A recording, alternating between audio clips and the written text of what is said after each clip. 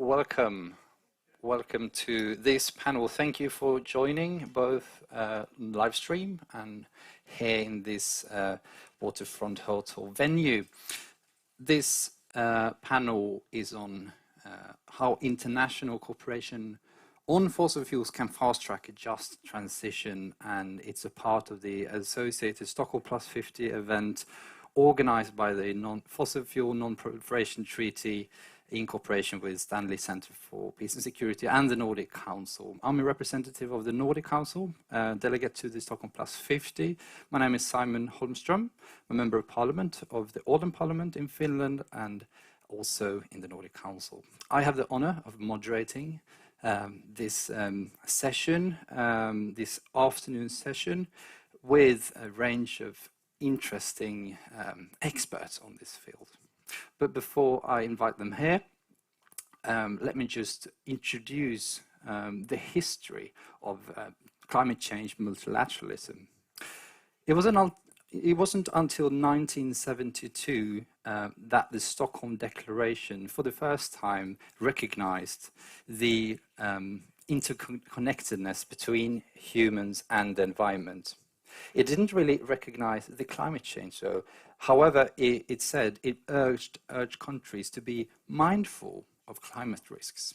20 years later, the Rio Summit devoted no article on combating climate change. However, it set up a new structure, the United Nations Framework Convention on Climate Change, UNFCCC, which negotiated within that structure with the parties, and after a while they set up a meeting in Kyoto in 1997, which was a really breaking time, really seminal moment of time for humanity when the legally binding emission reduction system was set up. However, the US, India, and China did not ratify the Kyoto Protocol, and many have said that it has not really been, the stepping stone of a strategic climate work. We're going to discuss that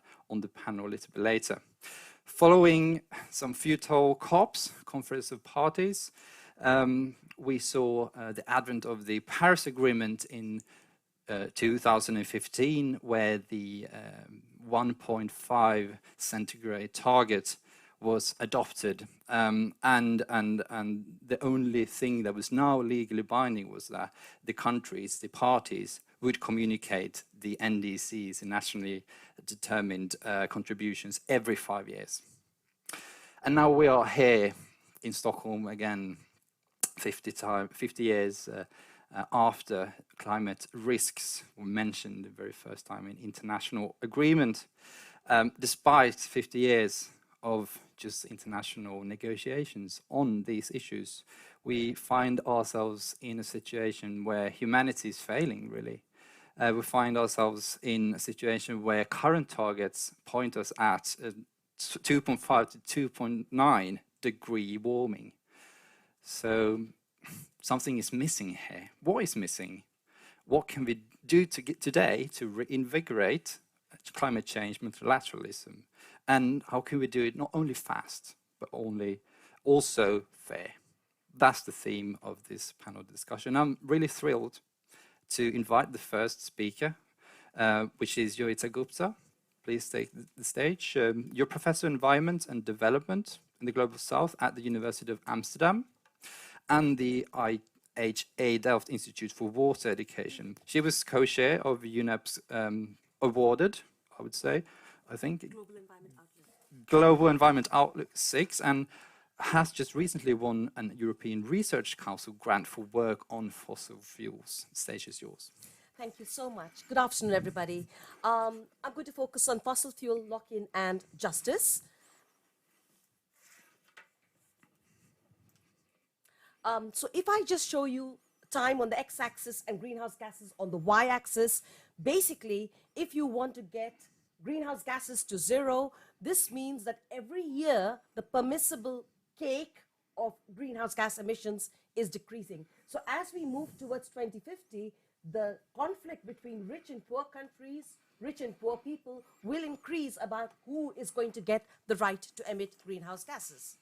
Now, if you look at the history that Simon has just told you, what you find is in the first treaty of 1992, there was an agreement that rich countries should stabilize their emissions.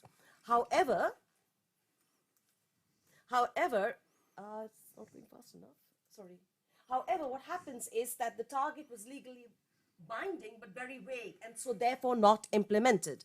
The Kyoto Protocol was implemented or adopted in 1997 with a target for 2008 to 2012. So between 2000 and 2008, there was no target for rich countries. The Kyoto Protocol target was adopted, but everybody ratified the treaty except for the United States and Canada. So China and India did ratify it. All right. But this one includes the right of some rich countries to increase their emissions. And then between 2012 to 2020, there was the Doha Amendment, and that was also meant to make sure the rich countries would reduce their emissions. But alas, this amendment only came into force on the very last day of 2020. So it did not send a good message to the developing world.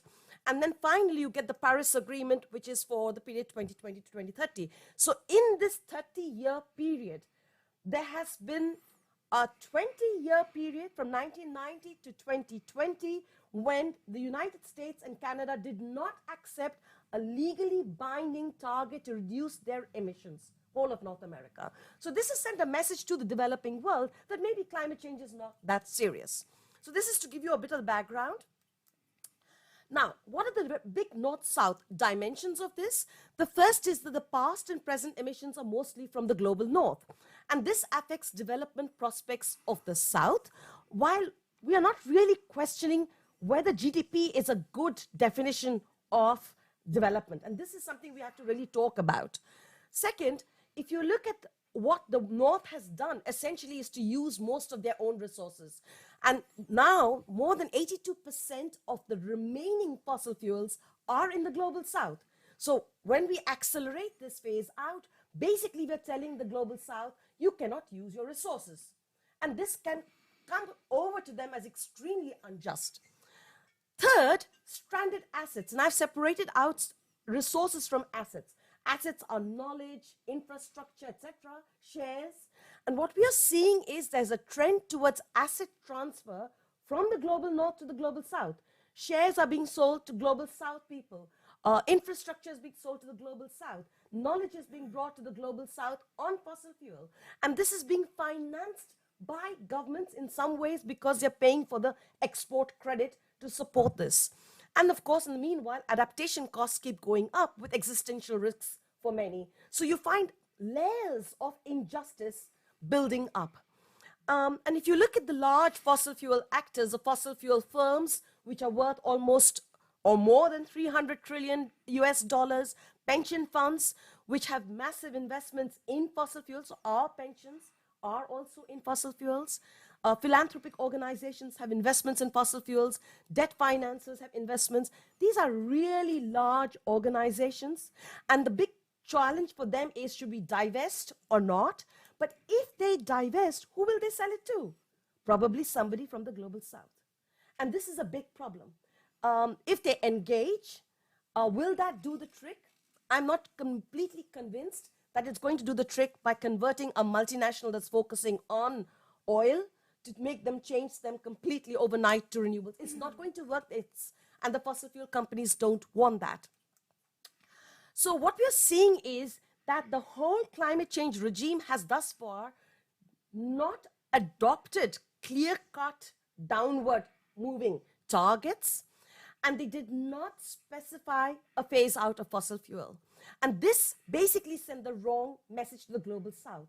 When this war on Ukraine happened, I thought many rich countries must just simply have something in the drawer which tells them how to do business, but it didn't turn out to be the case. Now they're going to Egypt and other kinds of developing countries to see, can you please help us to stop our oil imports from Russia, or gas imports from Russia. So they are actually encouraging now the global south to invest in new fossil fuels. Encouraging renewables does not do the trick. It just increases demand. You have to phase out fossil fuel. But the fossil fuel economy is worth between $12 to $200 trillion, maybe even more.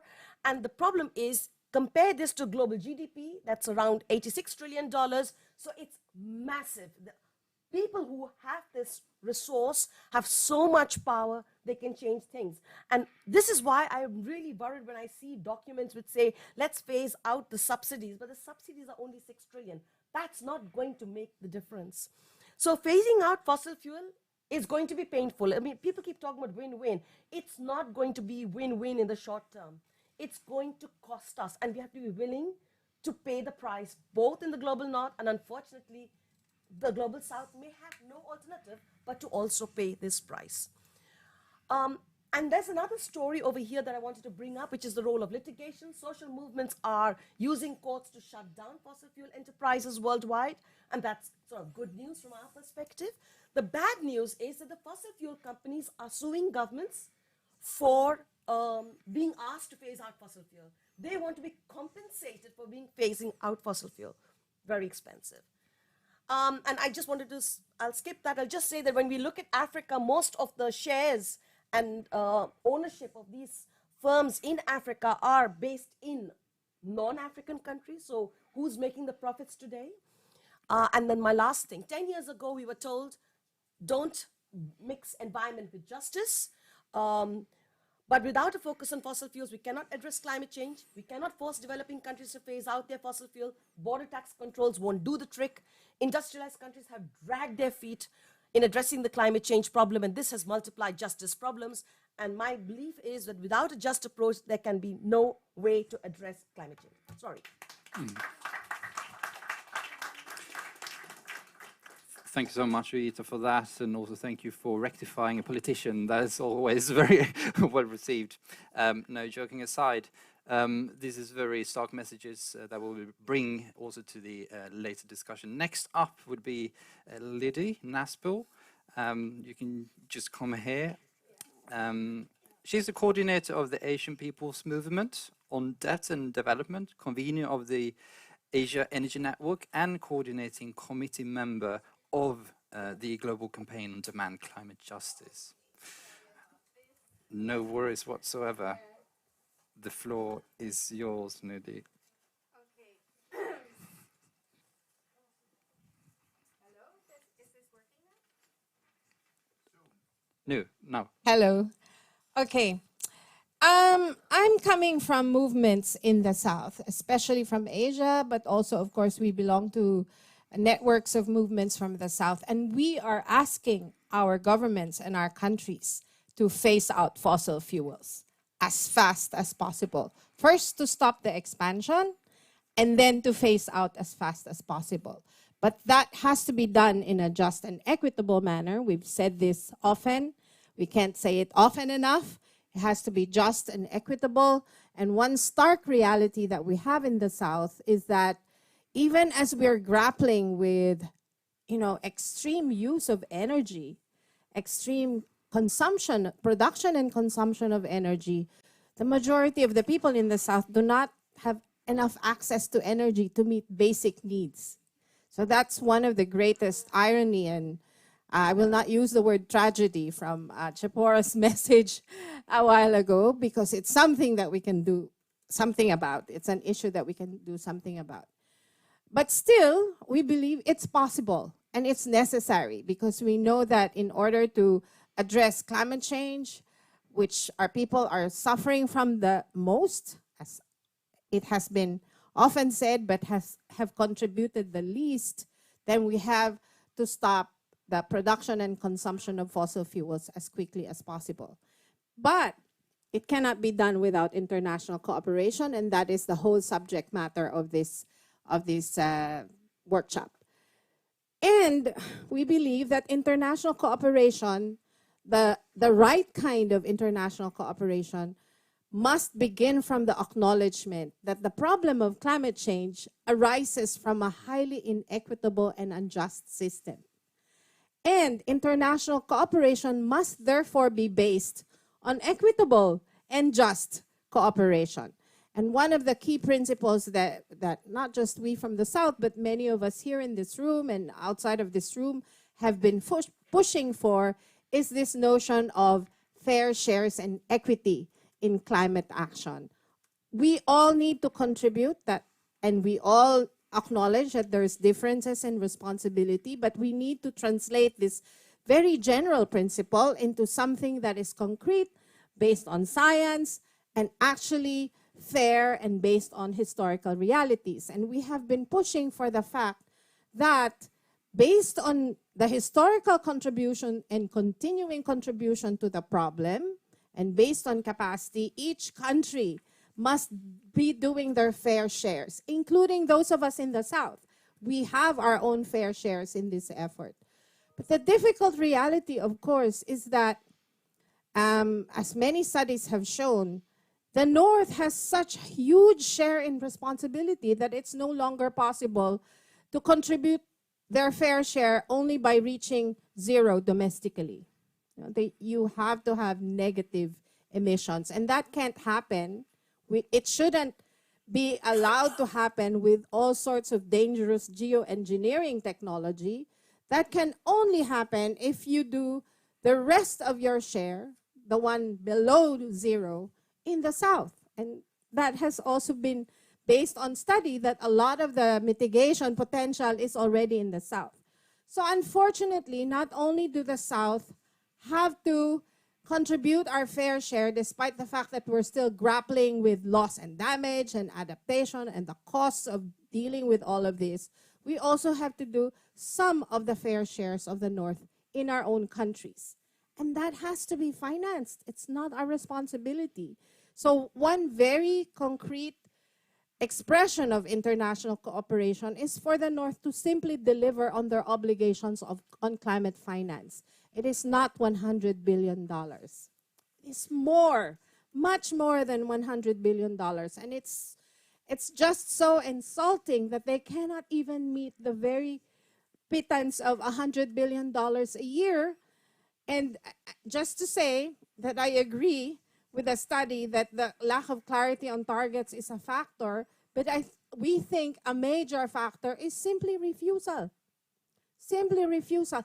How many negotiations have we watched when governments of the global North have just simply refused to discuss finance? Not even to acknowledge their obligation. They just simply refuse. Or put a rider on the decision in the Paris Agreement, and the US was responsible for it, that there should be no talk about liability and compensation on loss and damage. The second thing, so that's climate finance. The second thing that must be done is the commitment on technology transfer. I believe we should be leveraging, well, it was just a partial win, but finally in the WTO there is discussion of the waiver of intellectual property rights on the question of the vaccines. We should be raising this also in terms of the necessary technology transfer and assistance as far as addressing the fossil fuel phase out is concerned, and because that means not just scaling up renewable energy to meet the demand, but to scale up renewable energy systems to completely replace fossil fuels. That's the only way a just transition can happen in the South. Where will our people get energy from if we phase out fossil fuels without delivering on the 100% renewable energy? And then finally, there are many other ways that international cooperation should be expressed. There is debt cancellation, starting with cancellation of all the loans that came up from fossil fuel projects. They're acknowledged already as harmful. It's only just to cancel these loans because many of these were peddled, not demanded from the South, but peddled. So it's a question of what they call supply-driven lending. So we would like to invite you to an ongoing process to discuss all the many different ways that international cooperation should be achieved. Thank you very much. Thank you so much, Lidy, for that. Next up is another Expert on this field, Carlos Larrea, professor at the Simón Bolívar Andean University in Quito, Ecuador. You also got a PowerPoint. Productive scientist, I would say, with more than 50 books and 85 articles published and counting, has done some work on the Yasuni ITT initiative, an attempt to keep oil in the ground in the Yasuni National Park in Ecuador. The floor is yours. Thank you very much. Well, I'm going to talk today about a specific, concrete way in which we can create an international cooperation tool to keep fossil fuels underground in biodiverse hotspots in developing countries.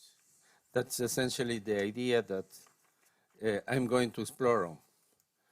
First, I think we can go quickly in the first slides because we have been talking about it for all the day. There is a huge gap between what the world needs, that means the fulfillment of the Paris Agreement goals, and what we are doing. All the commitments, the national commitments are high, and we need to begin an immediate and step reduction in fossil fuel consumption worldwide. We are not doing that. The difference can be very, very difficult because, as we see in the morning, if we don't fulfill the Paris Agreement goals, most of the world can become inhabitable in the next centuries or so. So the problem is very high. Emissions are still going up. Carbon dioxide concentration is going up. So the problem is that current mitigation tools are mostly based on demand side. The idea is to put a price on carbon and reduce consumption, not to reduce production.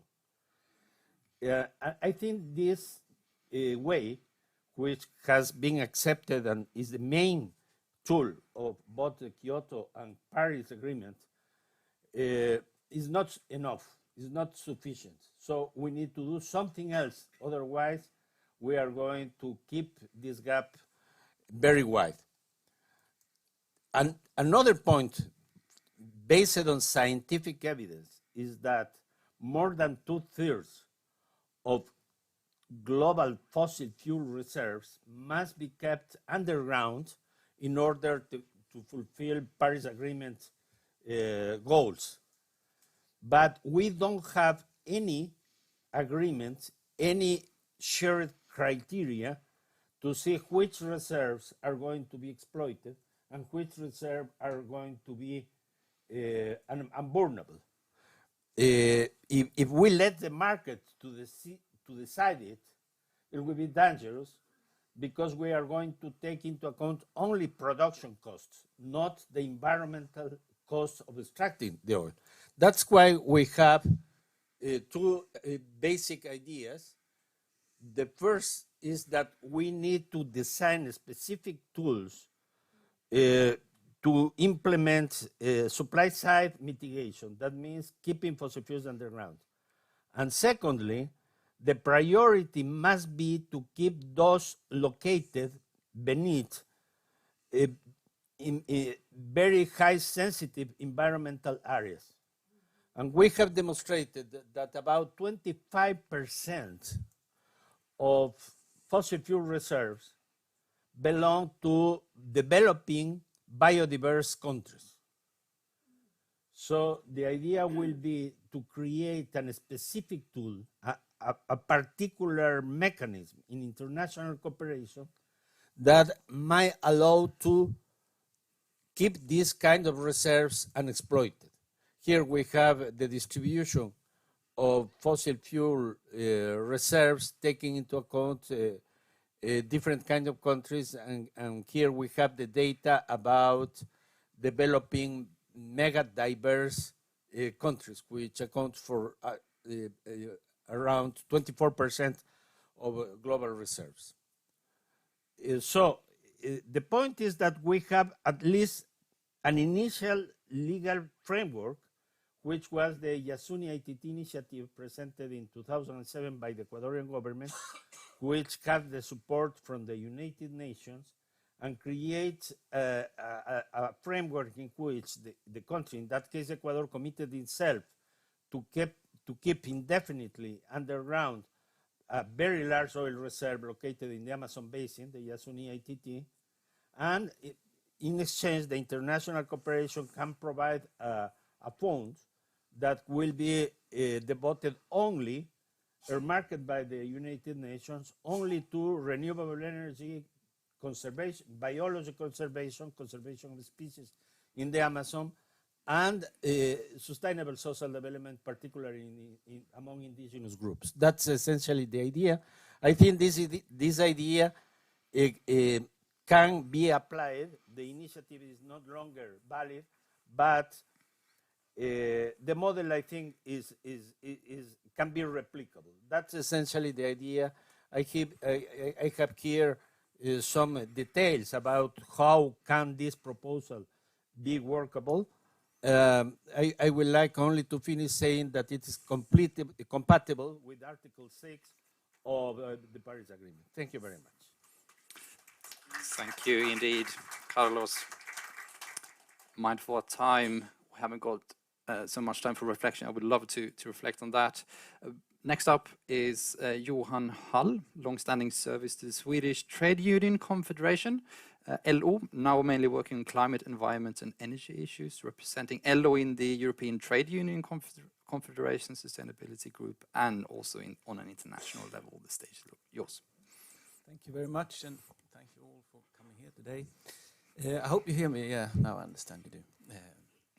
As we all know, and as some of us have said already, we need to let most of the fossil fuels stay in the ground. It's actually an existential issue, and one of the biggest that we have to keep in mind.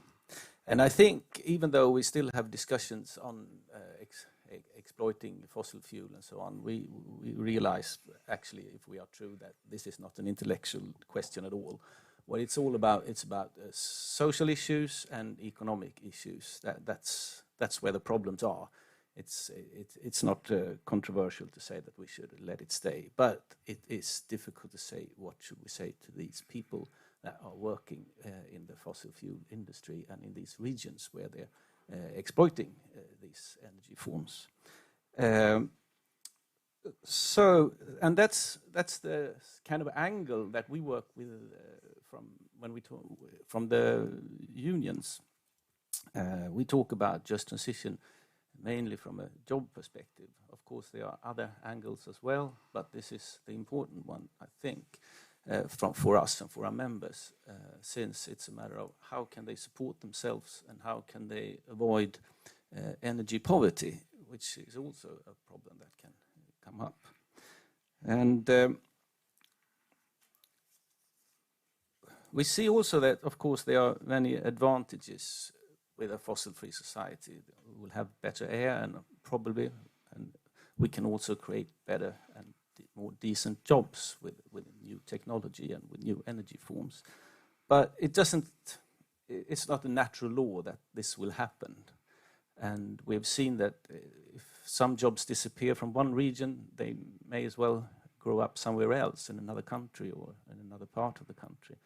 So it's not easy to say that just we switch from fossil energy to the new renewable energy, because the new jobs might go to other people. We also have to think about the people that are at risk of losing their jobs.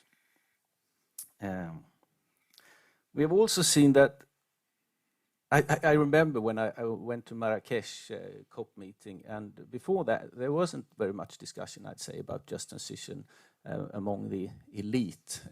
But all of a sudden, many politicians came to the different seminars that were about just transition. And of course, why was that? Because just a few weeks, I think, before Donald Trump was elected as a president for the US. And I think that many people realize that what had happened actually is that he had a rhetoric. not a politic, but a rhetoric about these people that were living in what they call the rust belts or the flyover states that were losing their jobs. And he said that he would like to support them. And many of us know that he wouldn't do that, but still he had the rhetoric but not the politics to do it. And of course he gained a lot of votes. And I think that's what made more and more people realize that just transition is not another difficulty. It's actually a vehicle for creating a transition. Without it, there will be no transition because too many people get nervous and of course are worried about the future if they don't see it coming without fossil fuel. I think that, as someone said, it's not free to do this transition. I remember Nicholas Stern from the Stern report. He said that it will at least cost 1% of global GDP to reduce the emissions and to, I think it was, get below 2 degrees at that time. And he also said that business as usual will cost us about 5 to 20% just to take care of all the problems that will arise according to the emissions. But this 1% is very difficult to take right now because it's short term, and the 5 to 20%, it's a long term. It's for a next generation to pay. But we have to pay this at least 1%, and we have to do it just. And that's not much money actually, but and we know that the pandemic costs about that, even more, I think. But still, we don't know how to deal with it. I think that the unions have an important role everywhere in doing this, because I think that a transition has to be democratic. It's important that the people who are working at places that are dependent on fossil fuels or in regions that are dependent on fossil fuels take part in this transition so they can see what does it actually mean for them. We have to find out what I would call some kind of roadmaps for these regions and these jobs. And when we find that, I think it's also easy to find, maybe it's not easy, but I mean, it's a good argument to tell people that this is where we need investments, global investments, national investments, and regional investments. So I think that we need a three-part discussion, three-part dialogue with unions and employers and governments to find out what is necessary to do in this region to create new jobs and affordable energy for the region and the country if we get rid of fossil fuel here. I think that's, if we start there, we could have a good plan. I think global and act locally. That's the thing. Thank you very much. Thank you indeed, Johan. That was a very, three-part dialogue, very Scandinavian response to this issue. Next up, Fadhel Kaboub is an associate professor of economics at Denison University and president of the think tank Global Institute on Sustainable Prosperity, suggesting that mainstream economics have failed in addressing the ecological crisis. The floor is yours. Thank you. Thank you all for being here. It's a pleasure to join you, and I know we have limited time, so I'm setting up my timer, and I'm going to give you just a few messages to start the conversation. First message, we can't decarbonize a system that hasn't been decolonized yet.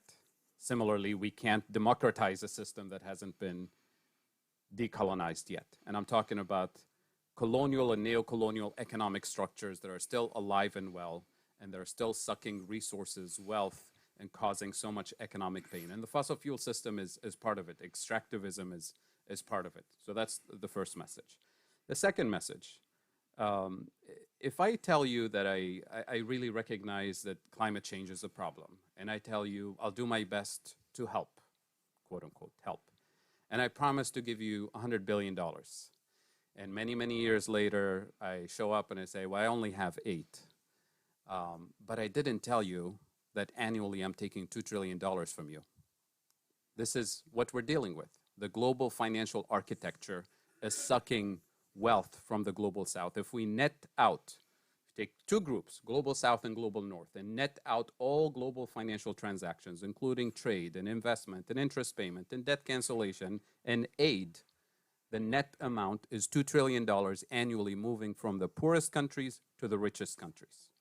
So we're not going to put a dent in climate change unless we undo the neocolonial economic structures, the global trade and financial architecture. And phasing out fossil fuels is part of that. On the fossil fuel front, in terms of the cost, we talked about, well, it's too expensive to transition out of fossil fuels. We're not talking about the cost of doing nothing, the cost of inaction. We're already paying for the fossil fuel hidden costs with blood, tears, and money. And who's paying for it the most? It's the most vulnerable people in the global south, the voiceless communities. And phasing out fossil fuels is the only way out, because we're talking about, you know, the pollution of the water, of the soil, of the air. We're paying for it with asthma treatments. We're paying for it with cancer treatment. We're paying for it with early loss of life. And it's been going on for decades. That's the cost of inaction, and that's unaffordable. Phasing out fossil fuels is actually the cheap option. That's the cheap option. Why phasing out fossil fuels? Because the production gap is very clear. The production gap, meaning the UNEP report from a couple of years ago, which told us if we're going to meet the climate challenge, we have to phase fossil fuels on a rapid scale, not slow scale. What have we been doing the last 10 years, roughly? The last 10 years, the top 10 oil and gas companies have been adding capital expenditure, new infrastructure at the tune of 600, 700, up to $900 billion a year. This is just the last 10 years of new infrastructure. So they're doing one of two things. And when I say they, it's the companies and the prime ministers and governments who actually sign the approvals for these projects. What are they doing? Option number one, they're signing our collective suicide pact. Option number two, they're duping investors with stranded assets, right? We talked about stranded assets a minute ago, which means it's your pension fund, it's your university endowment, it's the philanthropies endowments, it's packing stranded assets in all corporate balance sheets around the globe, some of which is in the global south. So one of two. Is it a collective suicide pact or is it financial fraud? Either way, it's criminal. It needs to be treated as such. I'm not a diplomat, so I don't mince my words. But we have to be very serious about this. The science is very clear. The finance is very clear. The hidden costs are very clear. What are we doing about it?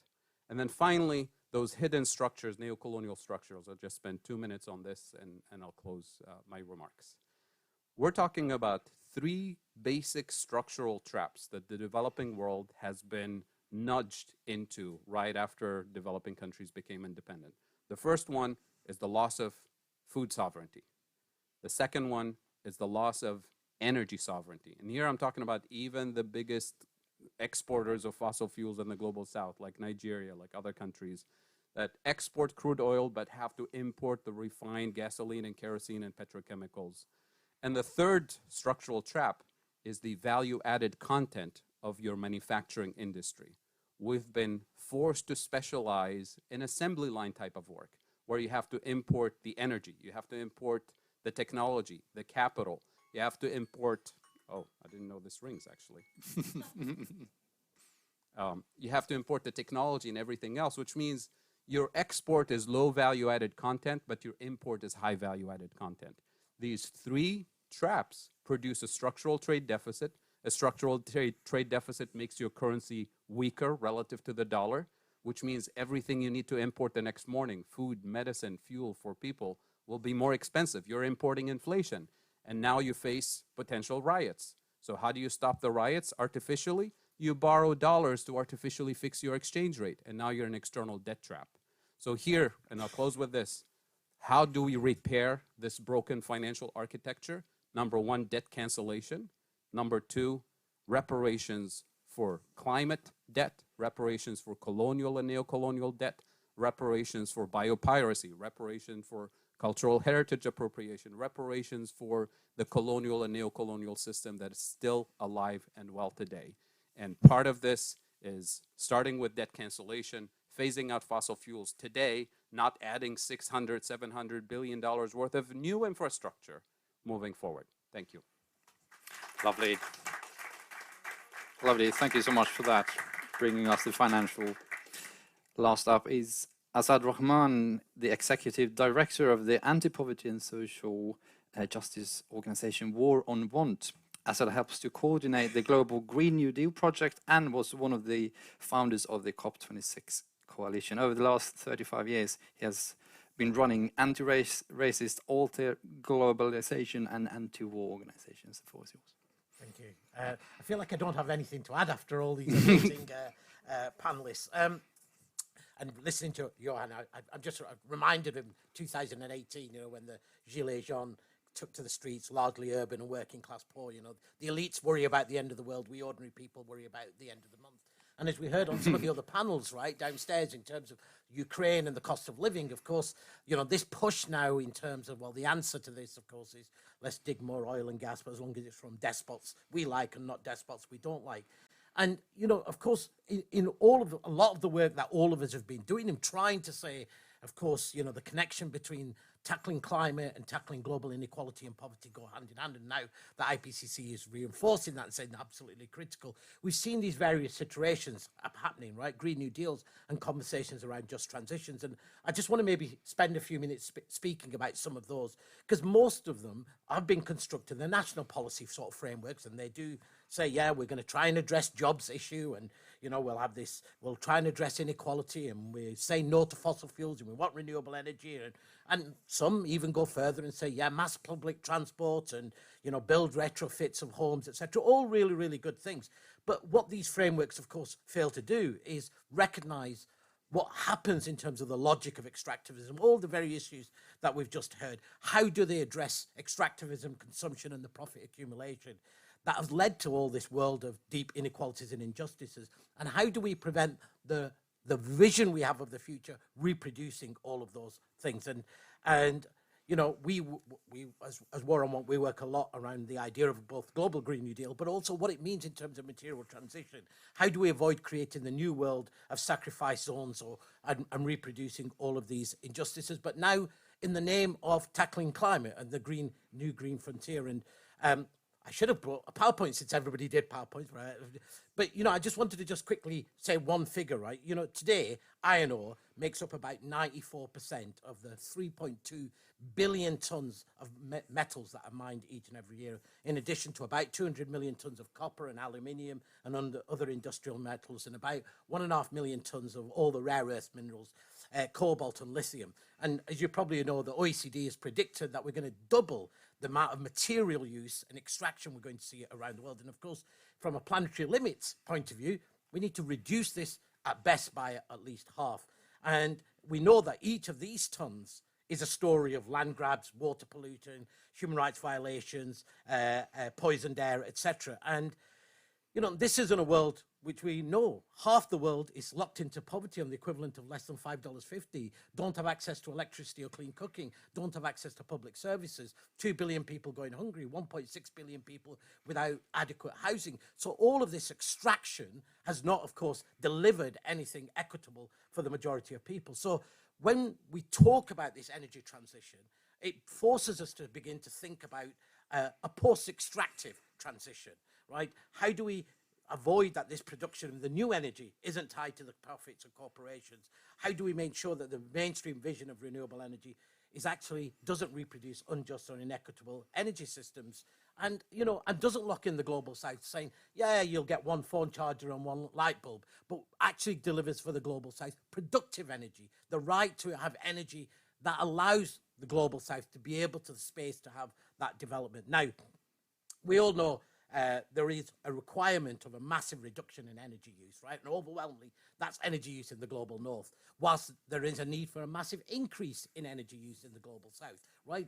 But for not just in terms of, the right to energy, but for even the most basic things, we have to recognize, if you want public services, if you want transport, that requires energy, and that requires also for some burning of fossil fuels in the short term, right? So the question about how equitable, which reserves we use, is a really, really critical part of that. But also it lends us to the conversation about the renewable energy. Who's going to produce these technologies? Who's going to control them? How are they going to be produced and distributed? How much energy do we produce around the world? And and how is that going to be equitably shared? And of course, one of the weaknesses of these frameworks that we see in the global north is that they don't talk about all the points that you talk about, right? In terms of the fiscal consequences for the global south, who haven't had the luxury of this historical and geopolitical conditions to be able to diversify their economies, are constrained by debt burdens, and of course the reality of constructing economies that are about commodities for the consumption in the global north. So, of course, we need to answer all those questions about capital transfers, technology transfers, debt cancellations, etc. And how do we avoid these just transition frameworks or Green New Deal frameworks in the global north, you know, using the language of sustainable development, but actually being a reality of eco-fascism or more green colonialism. So we, together with our partners and social movements, have been thinking about what that post-extractive future looks like. If you start from a point of view that says everybody has the right, guarantee the right to live with dignity and in balance and harmony with the planet. So, of course, we know our demands have to be universal. I'm just going to finish very, very quickly. So we've worked out in terms of 4 key tests. Of course, one is absolutely critical. We limit temperatures well below 1.3. Equity. That does mean the global north having 0 targets for emission reduction by 2030, and recognizing that, of course, our obligation is much greater than that. But that forces a conversation about water, energy, and food to be public goods, to be equitably shared and distributed. You can't have this transition and then leave it to the market. It's not possible within the timeframes and within these constraints. Second, tackling global inequality. Actually, the demands that we're making in the global north about living wages, social protection, universal public service have to go hand in hand with the demands we're also guaranteeing in the global south in this energy transition. Third, of course, the planetary limits, right? That does mean, whether we use the word degrowth or sufficiency, whatever people want to use in the global north, it does mean a massive reduction in the global north whilst fixing the economy through global trade and tax. And fourthly, and one thing that is largely ignored by the movements, is this question about reparations and undoing the embedded systems of injustice. And that capital flows, as we've heard, 16 trillion in the last decades alone, 4.5 trillion from unsustainable debt payments, and of course through colonialism, trillions that go into every brick and mortar that we see in the global north, and those need to be repaid. Such energy. Thank you. Thank you so much. I would like to invite all the panelists now to the stage. We are running late, so I will not allow for any questions now. We could take them afterwards when mingling. But I would have one question to the panelists, and that would be about Stockholm Plus 50, this moment of time when, I mean, we'll listen to the challenges, obviously. We know about them very well. We also got a lot of solutions that you provided for us. But one solution could also lead to a lot of other problems. So my question to all of you would be, now, what should world leaders do within the framework of Stockholm Plus 50 to manage this fast and equitable transition? We can start with you, Carlos. Short. Thank you very much. Well, I think it is very, very important to talk about the real problems. I would like to remember that, for example, in the Paris Agreement, there's no mention at all to fossil fuels. So I think the first point is to recognize the need to, the urgent need to a transition away from fossil fuels. Thank you so much. That's, I think, the main point. Fadhel. First thing, we need them to be leaders, not misleaders. So false solutions, number one. The structural traps that I described earlier, we're told, in order to pay the debt and grow and create jobs, you need more tourism, more foreign direct investment, more export-oriented growth. All of these are actually structural traps, because if you don't have food or energy sovereignty and you bring 10 million tourists to grow your tourism industry, those tourists, you have to feed them, so you import even more food, and you have to heat and cool the hotels and transport them, so you import even more energy. So you do create jobs, you bring some dollars and euros from that tourism, but you're also bleeding resources via food and energy imports. So you can't build any sustainable economy without food and energy, renewable energy. So these are the foundations, and we have to start with the right building blocks, not with these extractive solutions that actually dig us deeper into those traps. Thank you. Johan. Yeah, I think this. I also think that, of course, the most important thing is to stop fossil fuel, because, I mean, we see that there are plans of exploiting much more than we actually need, and we need to show that it's enough now. But also have encouraged the renewable energy, because as it's said, I mean, if economics are going to grow, they need energy, but they need this renewable energy, green energy, and we need to find especially ways of investing that in I think in global south. Thanks. Asad. And neoliberalism. And I mean, I mean, that would be the number one thing that you'd want these leaders to do, right? Which is to recognize that the economic model that we have is incompatible with dealing with climate inequality, poverty, etc. And that fundamentally, reordering the economy requires us not to put profit accumulation, but put well-being and sufficiency at its heart. Whatever you want to call it, that's what is really, really critical, and that's what we need at the core of this discussion. Joyeeta, what would your takeaway message be? Zero emissions for developed countries by 2030, not bringing the word net into it, because net allows all kinds of sins. What about you, Lidy? I think many of them should resign and give way to real leaders of the people, but they're not going to do that. But I guess just to summarize, they need to pay reparations to the South, which includes the climate finance, which is an obligation, not assistance. That's one of the things we don't want to hear anymore, that they're helping the South. This is not assistance. This is not even enough for reparations. Thank you. Thank you so much. Step up or step aside. That was your message as well. I think if we were the world leaders, much would happen from now on. So we come to a close. Thank you so much for listening. Thank you listening also on the stream. Thank you for the panelists. I don't give you my card.